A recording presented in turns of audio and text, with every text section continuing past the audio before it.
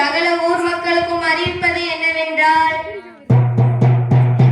ராஜா தனது பிறந்த நாளை முன்னிட்டு அனைத்து மக்களுக்கும் தங்க காசு வழங்க நினைக்கிறார். தங்க காசா? எவ்வளவு தராங்க, எங்க தராங்க, எப்படி தராங்க? ஞாயிற்றுக்கிழமை காலை 8 மணிக்கு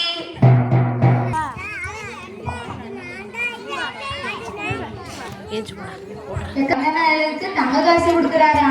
ஆமாண்டி, அவருக்கு அவர் கொடுக்க வேண்டியதுதான். சரி, நம்ம சொந்த பந்தத்தெல்லாம் கூட்டிட்டு போயிடலாம். இது நல்ல ஐடியாவா இருக்க.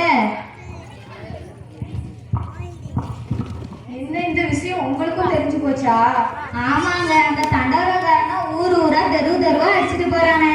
ஏண்டி நீ ஞாயிற்றுக்கிழமை காலையில எழுந்து குளிக்கலையோ 5 மணிக்கெல்லாம் நீனு கிளம்பி பிள்ளைகளையும் கிளம்பிடு.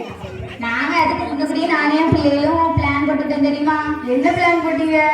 அதுவா, நைட்டு நாங்க தூங்கும் போதே குளிச்சுட்டு ட்ரெஸ் மாத்திட்டு படுத்துட்டு காலையில ஃபர்ஸ்ட் ஆள லைன்ல போய் நிற்போம் பாரு. அடிப்போடி பைத்தியக்காரி. ஏங்க இப்படி சொல்றீங்க? ஆமா, நீ போய் அங்க லைன்ல இருக்கக்குள்ள பக்கத்து வீட்டுக்காரி அவ போய் ஃபர்ஸ்ட் லைன்ல போய் நின்றுவாள. ஏங்க இப்படி குழப்பறீங்க? பழக்கல ஒழுங்கா சொல்றேன் கேளு. நம்ம 4 பேரும் போய் ராத்திரி போய் மண்டபத்து பக்கத்துல போய் படுத்துற வேண்டியதுதான்.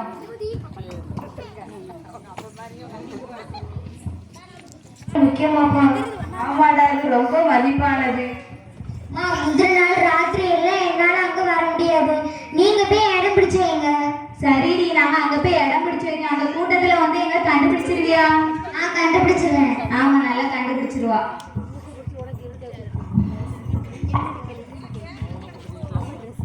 காட்சி 3 மண்டபம். ஜனங்களுக்கு மற்றொரு கூட்டமாக நில்லாமல் வரிசையில் நிற்கவும்.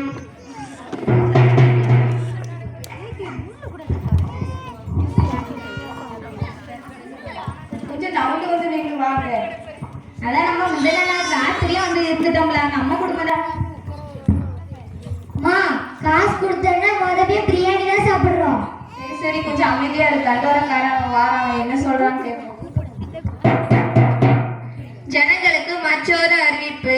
ராஜா தனது தனி அறையில் உங்களை சந்திக்க உட்கார்ந்திருக்கிறார். முதலில் செல்பவர்களுக்கு 1 தங்க காசும், 2வது செல்வர்களுக்கு 2 தங்க காசும், 1000வது செல்வர்களுக்கு 1000 தங்க காசும் வழங்கப்படும். எங்க வாங்க, நம்ம பின்னாடி ஓடிடுவோம். வா போவோம். இங்க தண்ணி குடிச்சிட்டு வரேன். எனக்கு வயிறு வலிக்கு பசிக்குது.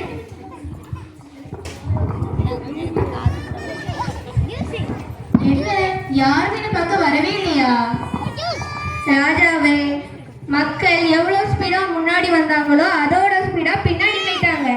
எதிர்பார்ப்புகள் அதிகமாக உலகத்தில் ஏமாற்றுகளையும் அதிகமாயிடுச்சு. உண்மையும் குறைந்து கடைசியில் இல்லாமல் போய்விடுது. ரொம்ப சரியா சொன்னீங்க ராஜாவே. மனிதர்களின் எதிர்பார்ப்பு எவ்வளவு அதிகமா இருக்குன்னு இன்னைக்குதான் நான் புரிஞ்சுக்கிட்டேன்.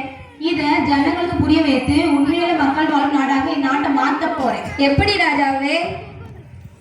நான் சொல்றதை என் மக்களுக்கு புரிய விட்டுவா. அதாவது எல்லாருமே அசையாமல் அவரவர் இடத்தில் நிற்க சொல்.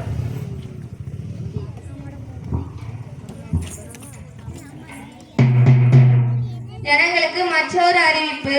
ராஜாவிலே வந்து தரப்போகிறார். டேய் தண்டாரக்கார, இங்க வா. அங்க தங்க காசு வச்சிருக்காவே எடுத்துட்டு நம்ம பின்னாடி இருந்து கொடுக்க போறோம். சரியா? சரிங்க ராஜாவே. அம்மா, இந்தாங்க உங்களுக்கு 1 தங்க காசு. ராஜாவே, நான் பின்னாடி தானே நிற்கேன்.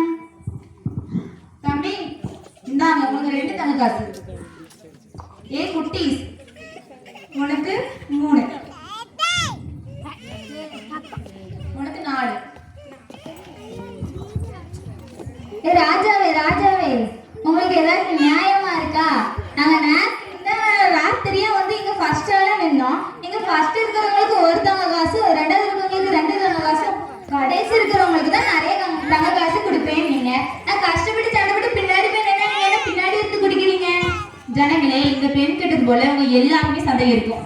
நான் ஏன் இப்படி சொன்னேன்னா உங்க எல்லாருமே சோதிப்பதற்கு தான். இது வேற யாருமே நிறைய வரவே இல்லை. எல்லாருமே தங்க காசு ஆசைப்பட்டு பின்னாலாம் போனீங்க. யாராவது ஒருத்தராவது நிறைய இருந்தா எல்லாருக்கும் சம 10 தங்க காசு கொடுத்துருப்பேன். என்னங்க பார்த்துட்டு இருக்கீங்க? நீங்களும் இதே போலதான். எல்லாருமே எதையோ எதிர்பார்த்துட்டு அங்கேயுமா ஓடி கொண்டிருக்கீங்க. அதனால ஓட்டம் மட்டும் தான் மிச்சம். அதை விட்டுட்டு தேவனை நோக்கி உண்மையாய் கூப்பிடுங்க. கர்த்தர் உங்களை சமீபத்தில் வந்து ஆசீர்வதிப்பார். நன்றி.